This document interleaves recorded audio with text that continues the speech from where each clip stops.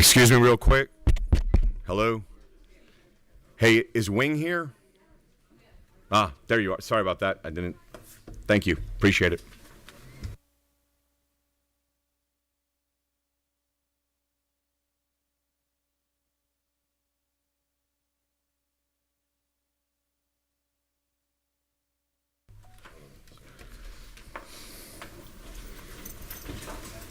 Hey, everyone. Good afternoon. Welcome to the first meeting of the session. We sure do appreciate you coming with us. We have 3 bills that we're going to hear. We're also going to hear from Wing, a commercial delivery drone service. So that will come after we speak to HB 58. Before we get going, though, the rules of the committee, we do need to adopt those. They're on the left side of the folder. Patrick, if you can confirm, the only thing we changed was quorum from 12 to 8. Is that correct? Yes. So if you were on the committee last year, it's the exact same thing other than we moved quorum from 12 to 8. If you weren't on the committee, I can tell you that we go sometimes at the same time as Ways and Means and others, and getting 12 was a bit tough. So we moved it and we moved that down to 8. Are there any questions about the rules? What's the will of the committee? Move to pass. I got to pass. Second. All in favor? Aye. All opposed? Great, we have rules. Perfect. Okay, in terms of the agenda itself, like I said, we'll go HB 58, then we'll go to HB 147, HB 58, then we're going to have Wing come up and basically do a presentation for us, and then we're going to have 147 come up with Chairman Thomas, and then we're going to basically have just a hearing on 156. You want to do 147? We have an emergency. We're moving the agenda now. We're going to go 147, 58, Wing, and then 156. So, Chairman Thomas, do you want to do it from here, or would you like to do it from down there? I'll go down. Okay, great. Chairman Thomas, if you could just give us the LC number that you're speaking to when you get down to the mic. And the mic is hot right now, so don't say anything bad about me. All right. But being you were so kind as to change the agenda for me last minute, I'm not going to say anything bad about you today. Okay, thank you.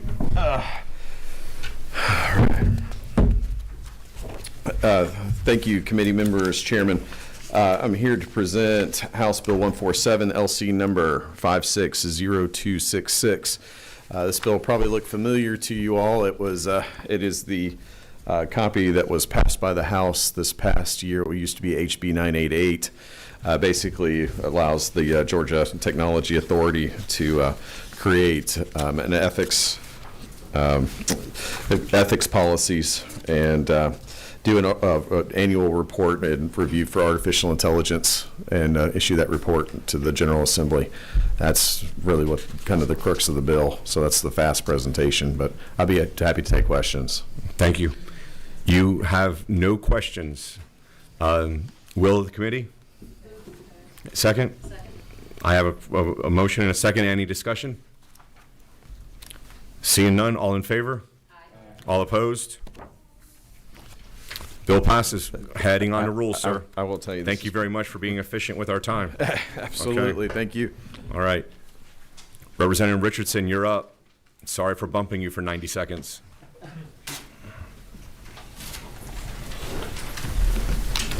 Not a problem, sir. Mr. Chairman, I appreciate you hearing our bill today, and this is LC 394575S. And this is a bill that it's to do with drones and public safety over mass gatherings. And so there's just a concern in our community. We have a lot of outdoor events and ticketed events and people coming in, and these drones have just been popping up from all different directions. So we were looking at a way to address that. And so this will give a path for law enforcement to have a way forward if somebody is there and not supposed to be over an event. So that's basically what the bill is about. If there's questions or concern, I'll be glad to try and answer those. Well, you're absolutely right. We do have questions, so I want to go start with, is that Representative Oliver? Yes, sir. Okay. Yes, ma'am. Representative Oliver? I'm looking at a substitute to House Bill 58, LC 394575S. Is that what we're addressing today? Yes, ma'am. Yes, ma'am. I don't remember at all whether we've ever passed any drone legislation in any way that's given authority to anybody to so forgive me for that gap. Have we? Would you like me to respond, or would Somebody. you like to respond? I can respond. Back in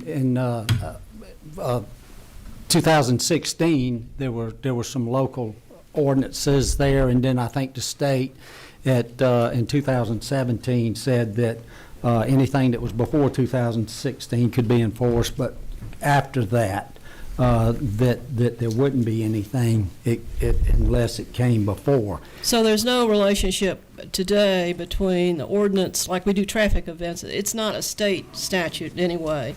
If DeKalb PDK says I want to have no drones, that doesn't affect anybody else, any other jurisdiction, any other existing state law. Am I right or wrong? I don't know. Representative Oliver, if you go to Section 3, starting on line 43, I believe that because PDK is a general aviation facility that is governed by the FAA, those exceptions there make sure that PDK gets to determine what happens in its airspace. No different than ATC at Hartsfield and ATC at Savannah, et cetera. So Brookhaven has PDK now, so Brookhaven couldn't pass an ordinance that overrides PDK. Just the opposite. Brookhaven I'm sorry, go ahead. Well, anything that is a FFA flyer, they have the guidelines and the requirements and what they can do. And then if somebody has a no-fly zone, the operator knows that they can't go over that event. And so I'm sure all of those people that are flying that you're speaking of are FFA certified. And so there are the guidelines, FFA, that they would have to follow. And if they came up on a venue or whatever, they could see that that's out of the fly zone and that they couldn't penetrate into that. And that's FFA. Mr. Chairman, I just don't know enough about this to figure out all the jurisdictions about who's in charge, what, where, and when. So would you like me to comment on that? Yes, sir, if you would, please. So I think you're right. Airspace in our country and in our state is convoluted because of the federal government, and it's basically how it takes a position on federal airspace and basically airspace overall. I think the bill addresses that in terms of the 400-foot ceiling. I think it also addresses that in terms of the requirement around the equipment being certified by the FAA, the operator being certified by the FAA. If you are, in fact, a certified operator, then you know, for instance, maybe a temporary flight restriction that's going to exist potentially over a ticketed event. Not all ticketed events are TFRs, but some are. Then you know as an FAA operator not to go in there unless ATC gives you clearance to do that, unless you'll have to vector around that. Same thing, and I can't name every general aviation airport, but all the general aviation airports that exist within the state. And again, ATC would take that over because it is an FAA certified operator. But again, we're putting the ceiling at 400 feet. And it only relates to ticketed entertainment events? It only relates to effectively mass events where you could start thinking about just kind of let your imagination take the space in terms of where it could go. Taylor Swift concert. And if Chastain concert. I'm just confused, but I don't need to understand it totally. I'm just. yes, Representative Abbott. Thank you, Mr. Chairman. I wanted to get your attention because I had the same concern. We are the almighty Georgia, but we are still under the federal government. But I read line 47 to 48 to give me comfort on that if you're authorized by federal regulations, you're good. Yep. Right. And my apologies. I had said Section 3, so my apologies. But that was what I was focused on was, I guess, 47 and 48. Yep. Representative Richardson? Yes, ma'am. Any other comments? Yes, ma'am. That is correct. Representative Tran? Thank you, Mr. Chairman. Looking through this, is there a size requirement for the aircraft, and height requirement because children playing at a concert or a festival could be flying one of those dragonfly toys that fit the definition of a drone, but probably won't fly any higher than 10 feet. I don't have a size in there, but this is more of a drone that's comes buzzing in, and you're there, and you're at a ticketed event, and you're there to enjoy the concert and whatever, and now you've got drones flying all over and buzzing all over the place, and it's a disruption and it's a safety concern. Okay. Mr. Chairman, may I follow up? Please. So I understand the disruption, but depending on the event and the venue, you may have different products of varying commercial uses. So I understand that the big drone flying with a video camera trying to record an event for free. But then there are a variety of entertainment toys that are used at different festivals that just fly up in the air and come down with spinning lights. And I'm concerned that a lot of those may fit this definition. And so if we don't have a size requirement and a maximum ceiling height, like if a toy goes up a maximum of, say, 15 feet, that's okay. They're not going to be in trouble with the law. But if they go beyond that, then they may be considered that drone. And I don't know the exact height footage. I just am aware of having attended festivals that there are products that are used for fun that fit the definition that you have for a drone that will be used for just entertainment purposes.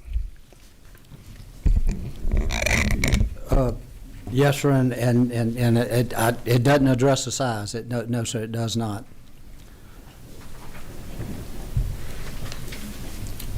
Thank you, Mr. Whip Park.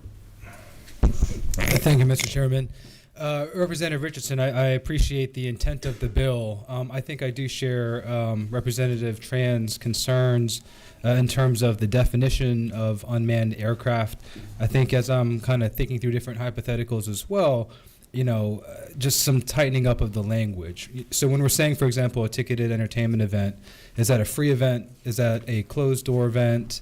Are we talking about open spaces, inside, outside? It's not talking about open spaces. It is talking about a ticket gated event, and that way you could put up a sign that no drones inside of this area at this time, and then you could also the FFA you could call in and you could get that where you couldn't fly in, and it would be for the people that are not certified and that are not following, that would give the local municipality the opportunity to enforce.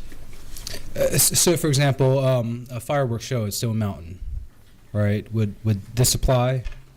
If it's a gated and ticketed event, yes, sir, it could. Okay, and then Music Midtown. If it's a ticketed and gated event, it could. If it's just out and open and anybody could walk up, no, sir, it would not. Okay, thank you.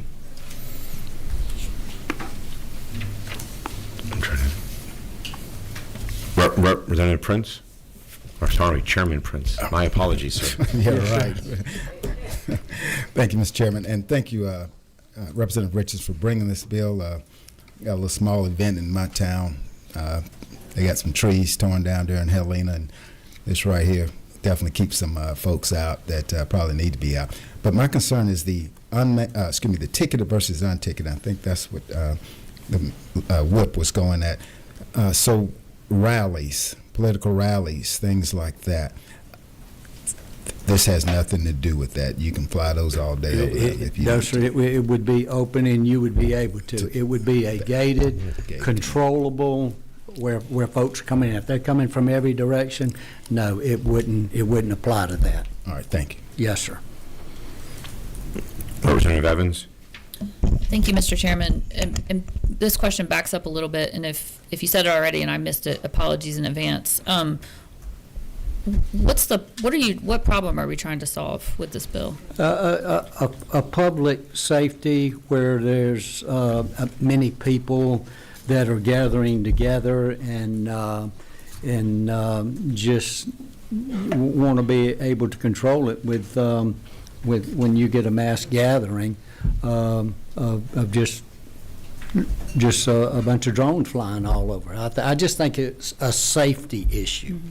Have there been any reported incidents that led this to your attention, or is it something that you identified? I'm hearing a lot about drones, and I think we'll probably continue to hear more. There's been a lot of publicity about drones all over the East Coast and up and down, and I think this is a way to addressing it when you've got. If it's over one or two people is one thing, the chances of hitting somebody or whatever. But when you get thousands of people, there's more of a danger in my mind, and that's what we were trying to address. Okay, thank you. Representative Barnes. Thank you, Mr. Chairman. Thank you for bringing this bill. I think my colleague kind of asked my question about, are we getting a certain amount of complaints that brought this bill about? Like, is there any data that's showing that this is detrimental to the community or safety? And then how do we dictate which size event? So if there's like 3 people at an event that was supposed to be ticketed for 50 people, and it's in the gate, are they not allowed to fly a drone? I think if they had a plan of wanting to exclude the drones because they thought it was a large event or going to be a large event and only 3 people showed up, it would still be classified as that's what it was, the intent. And so I think that it could still cover that. I was a county commissioner just last year, and we in our county have had issues with we have nice outdoor concerts and parks, and it's just becomes more and more of people just flying around and over. So that's where it came from, and we wanted to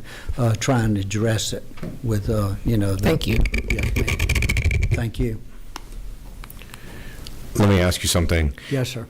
Is it fair to say that this is being both reactionary to what we've heard about and also potentially looking forward in terms of what could occur now that we know the potential of what a drone used by a bad actor could do? Yes, sir, it is. Okay, so is that fair to say that that's the intent? Yes, sir, it is. Okay, all right. Secretary Earhart? Thank you, Representative, and I actually do appreciate your forward thinking on this. As we know, things we are concerned about these days we might not have given a thought to 10, 15 years ago. I did kind of want to ask you a question about the intent, and I'm trying to picture this in my mind. So an outdoor event, a ticketed event, I get that. I have grown children that go to music, the big festivals and that sort of thing.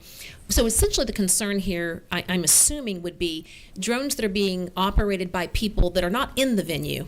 They are outside the venue, correct? That's exactly right. Okay, so this would be someone who, for nefarious or not reasons, right, might be flying an unmanned drone into an area that they don't have a ticket to attend. Exactly. So they are, invading is a harsh word, but you see what I'm saying. Yeah. They're entering that space. Yes, ma'am, And that is find correct. Okay, and I'm not real familiar about the toys. These are children's toys that are I assume then if there are children on the premises, by nature of whatever event, there are kids there and they're playing with these toys. Those would be people who are inside the venue operating toys. Yes, ma'am, Right. that is correct. Okay, so I don't know whether or not maybe some definitive language would be helpful here to carve that out or not, but I do think it's an important distinction whether it's someone there on the, running a toy versus someone outside flying a drone into a. I think if somebody has the venue and they rented the venue or whatever, they could probably decide on that if they wanted that with the the venue that, with the concert or whatever it is that they are running. And if they didn't want that activity, I think if they leased the property and they set it up and they promoted it and all, they should have the say of whether they could allow that or not, in my mind. Yeah, thank you. Thank you. Representative Beckles. Thank you, Mr. Chairman. Thank you, Representative. My question is around data. Could you get us some data on the incidents that have occurred previously? Also, could you add a definition that the aircraft has to have surveillance capabilities? Has surveillance? Has surveillance capabilities, and then define it. Does it capture video and camera satellite information? I'm looking at it from a data privacy side of the house. We've worked real hard, and we've worked with a lot of different people on trying to cover everything and to make it where you're not going over with the requirements of the FFA or whatever. So in my mind, I think we pretty much have all that covered. Representative Richardson, would you mind if I opined? You can go right ahead. So I've had the benefit, Representative Beckles, of kind of hearing out several stakeholders in this. And I would tell you, my consideration is once you're inside, you know not to use the drone. We don't want people coming from outside using the drone. And we definitely don't want people to have to determine whether or not there's a 2K camera, 4K camera, 8K camera, or no camera, especially if that drone is there for bad actors. So whether or not they're there with surveillance or whether or not they're not there with surveillance, I'm just giving my thinking was bad actors are bad actors, and we want to make sure that we do everything we can to stop the bad actors and have an enforcement mechanism for law enforcement to stop anything coming over that ticketed event. So I mentioned that just strictly from an enforcement point of view, to be able to determine at 400 feet if something has a camera that's, a quarter of an inch wide is going to probably be not impossible, but definitely more difficult for enforcement purposes than just a blanket no drone over the ticketed event based on the host of that event saying, I don't want drones over the event, other than what it says in Section 3. Again, I just give that as just food of thought because I've had the benefit of hearing from the stakeholders for the last few weeks. Exactly. No, 100%, Representative Beckles, definitely. Representative Tran. Thank you, Mr. Chairman, and thank you, Representative, for this bill. Would you consider putting a safety radius in this bill? And I, without further research, couldn't tell you if it's a 100 feet around radius around the event or a half-mile radius around the event. Because of safety reasons, we don't know if a neighbor quarter of a mile away flying a drone, not intending, but then gust of wind takes it over the event, right? And so providing the surrounding area notice that this event is happening and you cannot fly your drone while this event is happening within, say, a 400 feet radius or half-mile radius, whatever it is. Would you consider having that placed in your bill? So does the 400 feet? The 400 feet is, I believe, a ceiling, or is that a radius? Within 400 feet of or above ticketed. Okay. Okay. I misunderstood. Thank you. Thank you, Mr. Chairman. Representative Virginia. Thank you, Mr. Chair. Thank you, Representative. Yes, sir. I'm trying to wrap my mind around ticketed versus non-ticketed because I do believe when we start talking about this particular bill, you're talking about size of the crowd, the limit. But other than that difference, the other thing I think of events like a marathon, where the venue is much larger than just a small isolated area for a concert. Is that also taken in consideration when we're talking about a marathon? Because people do pay into a marathon, right? So that's considered a ticketed event. So would that also be defined for this kind of? No, sir. No, sir. Not a marathon. No, sir. because that's spread out wherever, and it's not in a gated to get in and out. So, no, sir, I wouldn't think so. Can I do a follow-up? So what's the relevance then for a ticketed event and an enclosed with a gate as opposed to something like a marathon?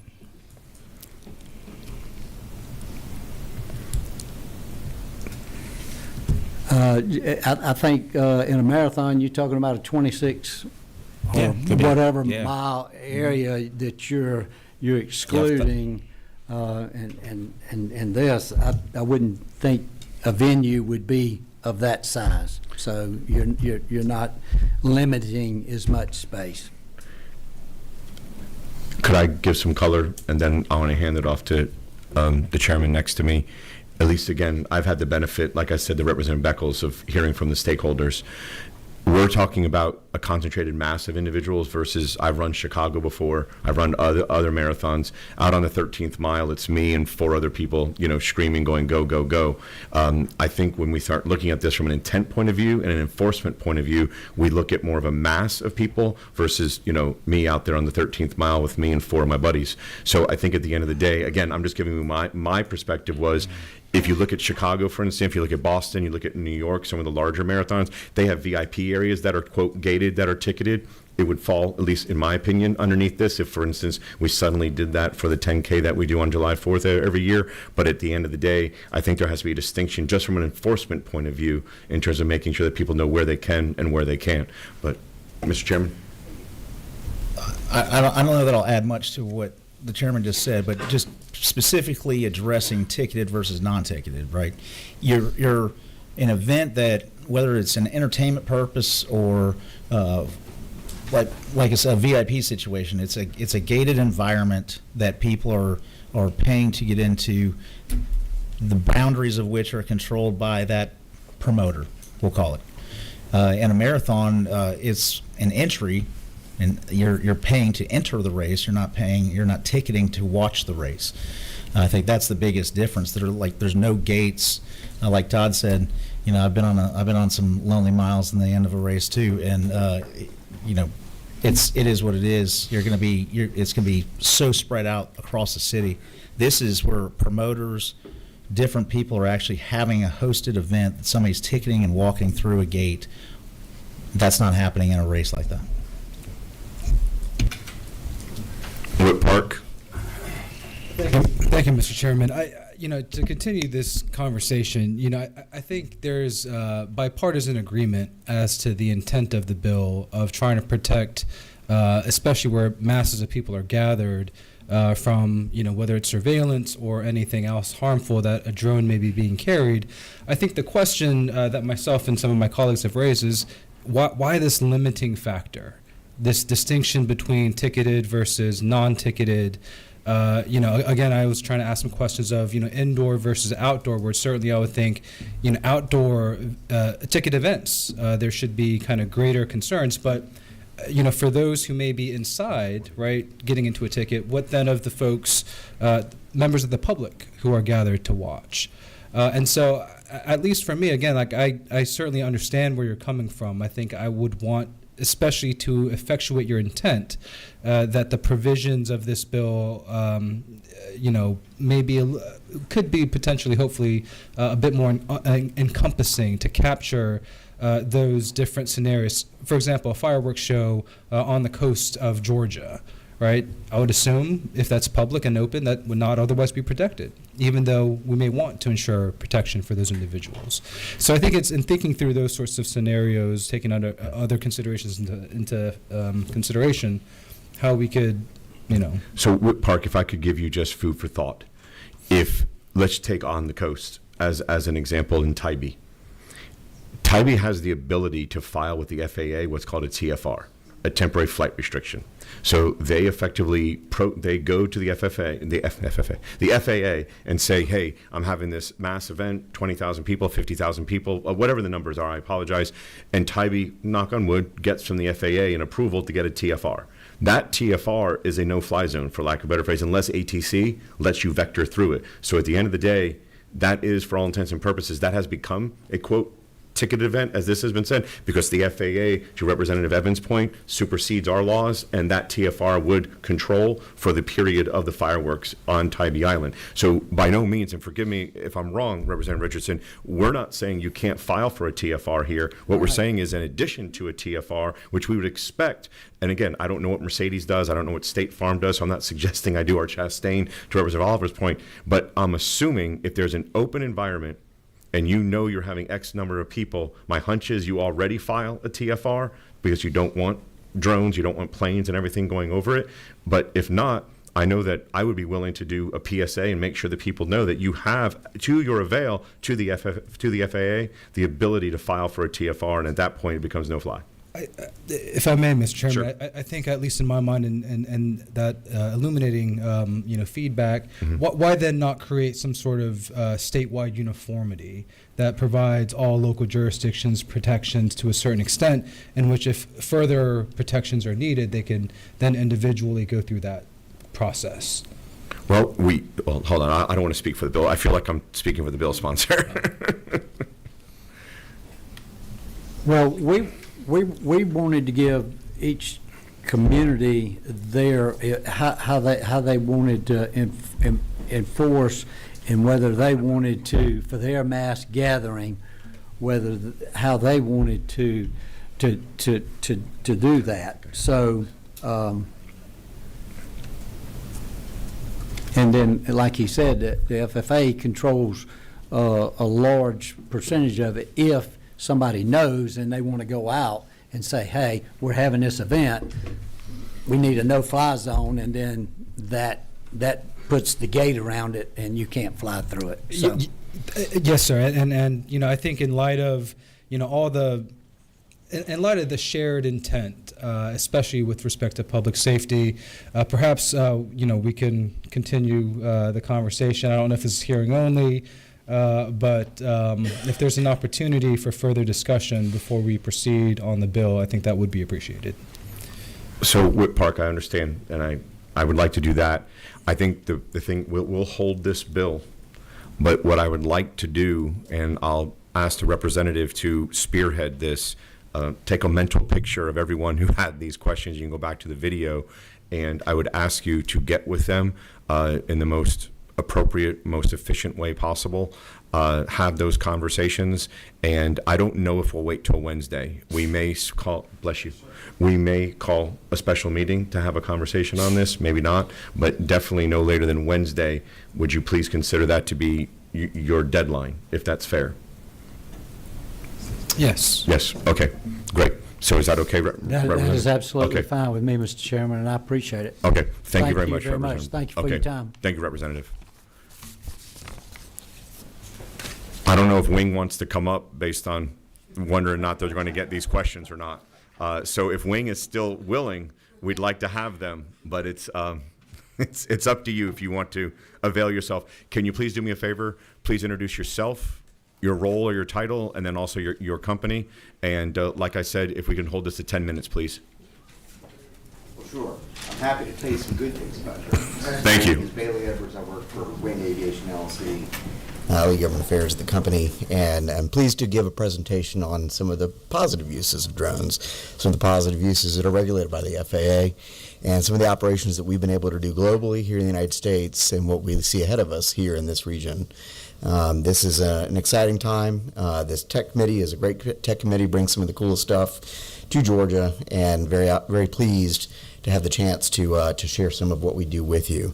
I have a slide presentation that I was hoping that would be broadcast up on the screen, just to give some visuals to what we have here. If that's useful, we can try to get that up on the screen for you, and I'll filibuster in the meantime. It's up. Okay, good. So this is Wing Drone Delivery. This is something that some of you may have had the opportunity to come see some demonstration flights at Liberty Plaza yesterday. Wing is a Part 135 air carrier. They had the same air carrier certification that a lot of the life flights that go into Grady Hospital would have, some of the air taxi services that are out there. And we have this certification so that we can deliver goods for compensation to consumers. Some of the visuals that will come up along the way. We are a wholly owned subsidiary of Alphabet. So sister company to Waymo and some of the other cool technologies that have come out of Alphabet over the years. We operate globally. We are a U.S.-based company, but we have significant operations over the last 4 years in Australia and also in the U.K. and in Dublin, Ireland, among other places. What we do is we work with retail partners. One of our biggest U.S. partners is Walmart. Another great partner of ours is DoorDash. And one of our international partners that we work with on healthcare items is APN. They're a logistics provider for hospital systems overseas. These partnerships allow us to deliver their goods. We're just the last mile logistics provider. And we've made over 400,000 deliveries to paying customers globally so far. This gives you a little bit of what the packages that we have that are carried under the airplane. In a moment, I'll show you a slide that shows the airplane. For any of you who weren't able to come out and see us fly yesterday, the aircraft itself is about 11.5 pounds. You can see the person setting it down on a charge pad there. It passively charges while it's waiting for its next mission. The aircraft brings the package up to the aircraft, gets up into the vertical column, and flies under the regulatory approvals that we have from the FAA, which ensures the safety of the ground, folks on the ground and also in the air. The area that we're talking about here in the Atlanta metro area is broader than just the city of Atlanta, and this brings great economic opportunity to Georgians throughout the whole metro area. What I'll point out is you see a big circle that's kind of blue there. That's the outer ring of where we would be authorized to fly to, and those red circles that are shaded in are areas where we wouldn't be flying because those are airports and areas where crew traffic is in place and it shouldn't be interfered with, and we won't interfere with under the way we're regulated for airspace safety.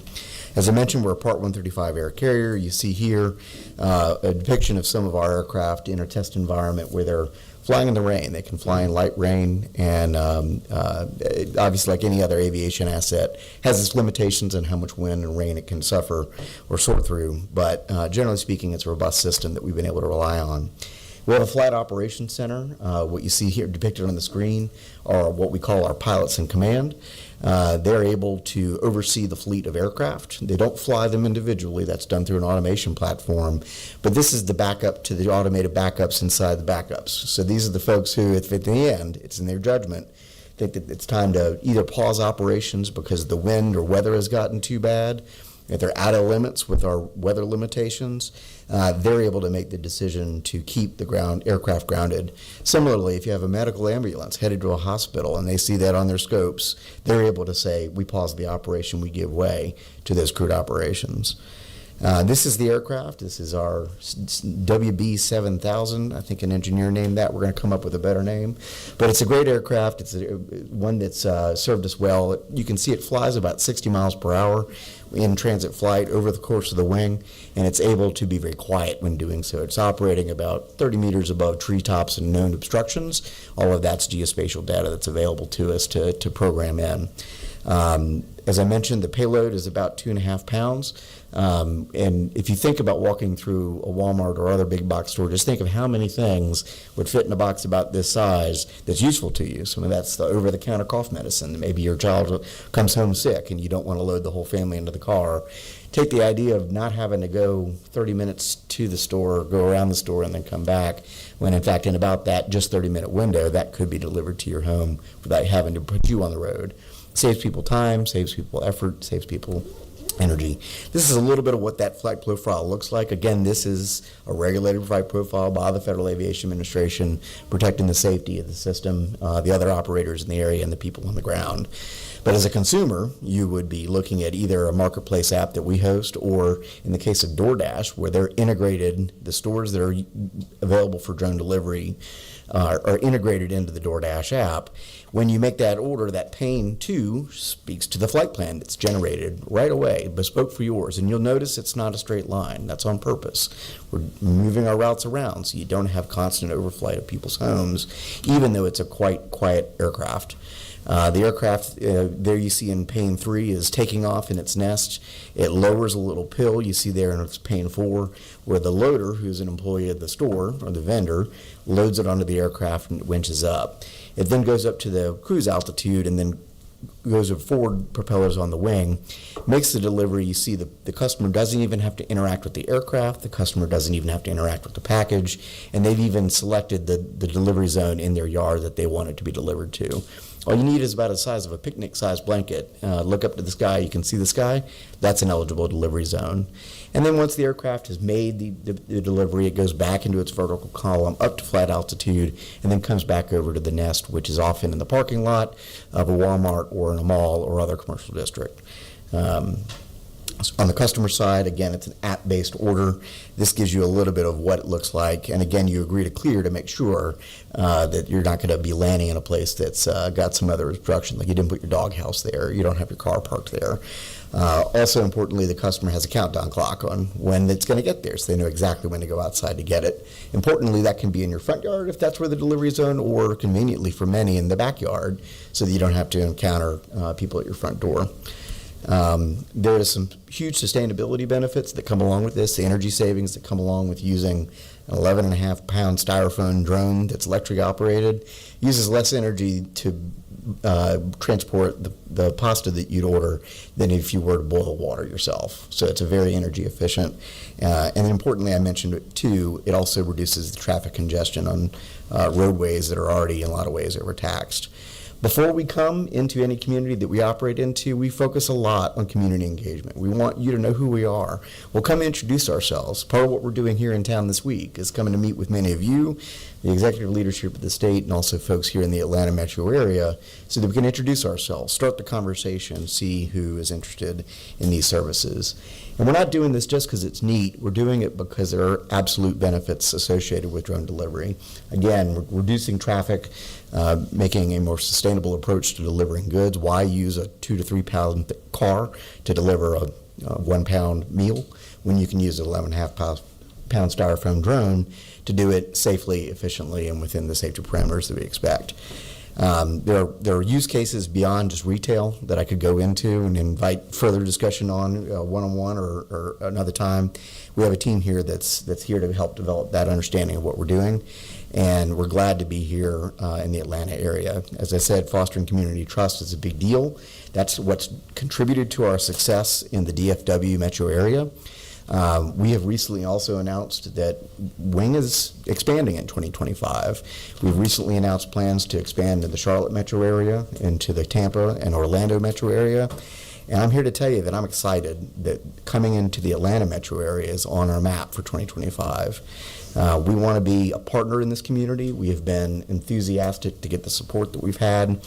There are some expansions that we need insofar as FAA granting some of the authorities. They take a year sometimes to study the environmental impact. You know, that seems like a long time for something that they've already multiple times said is not making a significant impact on the environment. That said, we're willing to go through the processes. We'd like to see some programmatic approvals, and we're enthusiastic about the reception we've gotten this week here in the Capitol. So that is the extent of my prepared remarks, Mr. Chairman. I appreciate the opportunity. Thank you so much. Oh, no, you do have a question. So, good. Yeah, Even better. Oh, wait. I was hoping so. Wow, it's a Christmas light now. Yeah, they were all waiting. Yeah. Wow. Okay, here we go. Representative Tran. Thank you, Mr. Chairman. I appreciate the demonstration you did yesterday. The aircraft is amazing. Feel free to name that Air Tran if you'd like. So does the Department of Transportation currently have oversight over helicopter landing pads and anything within our rivers and our lakes? So the Department of Transportation has its own regulatory authorities over aviation, and the FAA has its own regulatory authorities over aviation. As it relates to airspace safety, that's the field that is preempted by the Federal Aviation Administration, and where things can fly, that's generally speaking a DOT authority. I'm not a full-on expert in these matters, so I got to be careful not to overstate my expertise, but that's the general guidance I give to that question. Okay, and the reason why I asked this is looking forward, should you need to deploy at a lake, like in the lake possibly, if you don't have a place inland, in case of emergency natural disaster situations, or on a helipad, on an existing helipad. I'm just trying to think through scenarios where you would need landing fields. And I could foresee you guys having a landing field based off of a flatbed semi-truck to deploy in emergency situations. So I'm just wondering if the Department of Transportation would regulate all potential landing surfaces. The DOT and the FAA regulate how we fly in the National Airspace System, and what we have brought forward meets the operation specifications that are required under a certificate from the FAA, and so that's how we answer that question to our federal authorities. Okay, thank you, sir. Thank you, Mr. Chairman. Thank you, Mr. Chairman. I think it's very exciting, certainly, and seeing this move forward. Do you have a sense of how many landing fields we may see going forward over the next, let's say, 5 to 10 years? Where? What's your scope? Throughout the Metro Atlanta area. Anywhere in America, it's hard for me to judge. Throughout the Metro Atlanta area. The Metro Atlanta area, we would expect dozens and dozens. We hope that we would be approved to operate what is a relevant number in order to meet consumer need, and that is part of what we're working through with the FAA at this point. Okay. And then with respect to, the last bill that we talked about before, certainly, again, I need to think through this a little bit more, but with respect to ensuring that y'all are able to, if you're 400 feet away from a ticketed event, certainly wouldn't want to dissuade y'all from continuing to operate in compliance with any sort of federal rules and regulations. But do you mind opining in terms of what a helpful regulatory environment would look like with respect to airspace, drone utilization, in a state like Georgia where we're still considering kind of these foundational blocks? I can appreciate that. I think the discussion that I heard as listening before giving this presentation, the recognition of the federal authority over governing the airspace and how one flies in it is an important thing, and something that in my remarks was able to point to, that we fly to the contours of the ticket that our regulator allows us to do. And we don't do anything else than that, because otherwise we face consequences from the federal regulator. So I would leave it at that we will be flying to the operation specifications of our FAA certificate, because if we don't, we won't be granted permission by the FAA to fly. Thank you. Thank you, Mr. Chair. So let me start off by saying, when you're ready to pilot, my district is the best district to start from in Gwinnett County. But I wanted to ask, what kind of workforce development opportunities are there, and what kind of certifications and training do you offer, and how long does it take, and are there internships? Do you have partners in educational institutions? That's a great question. I think not just at Wing, not just even the drone industry, but across the aviation sector, everyone is looking to bring more people, more talent into this pipeline. It's an exciting set of careers that lead to all sorts of job opportunities that for a long time have been out of reach for folks. One way to get people into this is to go into the communities and talk about STEM engagement generally. That's something that we have done in markets that we participated in, and we hope to do here in the Atlanta area. Because putting an aircraft, whether it's a small drone that looks nothing like ours, into someone's hands, maybe that's that first time it sparks the spark to get into this field more generally. That is something that is part of our community outreach. We go engage with schools, we talk about what careers look like, and we make sure that those folks that are looking at aviation for the first time through the lens of what it looks like to work at a company like Wing see the whole new set of job fields that are opened up when you see commercial drone companies have the opportunity to fly and meet consumer demand. Okay, thank you. Of course. Representative Evans. Thank you, Mr. Chairman. I really appreciate the presentation. It's very fascinating. And I love it, thinking about the need for things and worrying that your delivery driver is going to get stuck in traffic. Y'all would not have to worry about that. But I kept waiting for you to tell me if y'all are for or against 58. So this was separate from 58. I'm so sorry, Representative okay. Evans. No, I mean, though it's the same subject matter, Yeah. it has nothing Okay. to do with any place around 58. I wanted to make sure I didn't miss anything, but I think I did understand from your answer to my other colleagues' questions that y'all would have no position on 58 because you would be under that FAA regulated exemption. From what I could hear from the discussion, Okay. yeah, it recognizes the federal authority that we have to answer to as a Part 135 air Okay, carrier. all right, thank you. Sorry for being slow on that. No worries. It's not judiciary. All right. Did I say that out loud? All right, Representative Barnes. Thank you, you, Mr. Chairman. This is amazing. I love the technology and things to come. I wish you could put my car on there and take me home, so I don't have to drive in traffic. But I just want to know. You said you're using like Walmart parking lots to launch this. Do you have to get approval from these private businesses? It's to part of do our that? partnership agreement that we have with the vendors that we work with. So Walmart's a good example. DoorDash is a good example. We do work out, okay, where are we going to take off and land these Right. aircraft? And in Walmart's, they have such big parking lots. There's Yeah. plenty of space in the front. Walmart's another good example where they are looking at not just wing drone delivery as how they get goods to consumers, but mobile pickup. What does it look like for their own conventional delivery services? And so we are in the front of the parking lot largely, and they'll tell you this, that they want their customers to see what the options are available to them. When you walk up, you can go up to the fence and pick up a little sign, you flash a QR code, and see if your delivery address is one that's eligible, so that if you wanted to, you could opt in. It's an important point. We're not going to people's houses who haven't opted in. This is only for folks who want it. So when my son orders DoorDash, like a $2 delivery fee, what's your delivery fee to fly it over there? It's like Well, that's going to be $20 or something. No, I can't comment on the delivery fees because those are the delivery fees set by the vendors themselves. We Wing aren't in charge of what that delivery fee looks like for the vendors. Thank you.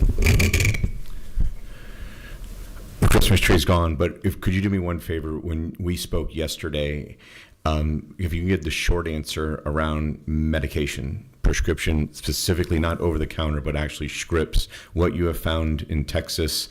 I think this group would be very interested in it because we want to help those that frankly want it faster or those that frankly they don't have mobility to go get it. So we want to, if you could just kind of touch on that, please. I'd be very pleased to, and thank you for the question. I'll tell you, a lot of us are looking at what was possible. We've talked about a lot of the retail partners, and whether it's DoorDash or retail, never underestimate the power of the American appetite in order to get something quickly to them from a restaurant they like.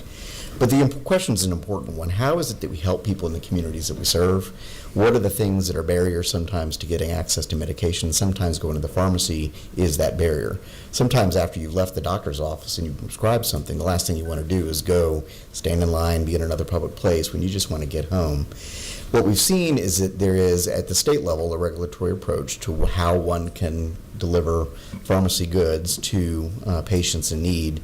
And the state of Texas has led in this regard. One of our sector peers, Amazon, applied for permission from this Texas Board of Pharmacy to deliver using Prime Air, to deliver Amazon's prescription drug delivery service too.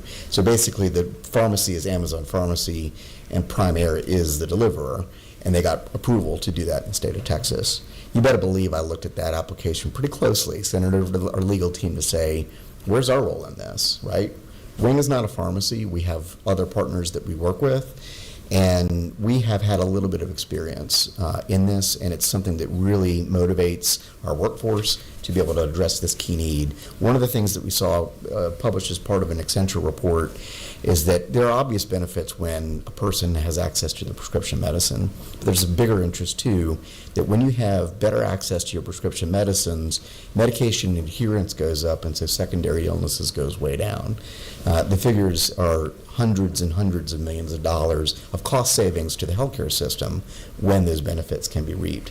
So that's something that I'm very keen on looking at and working with any of our partners who may be prescription or pharmacy partners to be able to bring that to the state of Georgia.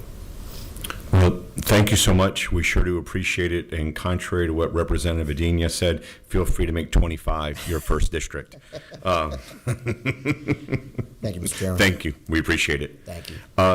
Members of the committee, we're going to do literally a 10-minute on 156, if that's okay, just hearing only. I just wanted to go through it very quickly, just as if there's any questions, we'll take some quick ones. But what I'd rather do is kind of get with you either on the floor or get with you in my office or your office and any feedback that you have, as opposed to this is not going to a vote. This is just to have a quick, this is why we're doing it. I've asked Patrick to bring up Archer Aviation. Archer Aviation is an air taxi that's being manufactured in Covington, Georgia. And just in case you don't know what they look like, I wanted to make sure you could see it. So can you click on, let's see, there we go. Thank you. I appreciate it. So members of the committee, this is HB 156 LC 394569S. The entire intent of this very short bill is to effectively make vertiports general aviation facilities. A vertiport is as you can see by what an air taxi is a VTOL. So it's going to take off vertically, and then it's going to fly horizontally, fixed wing.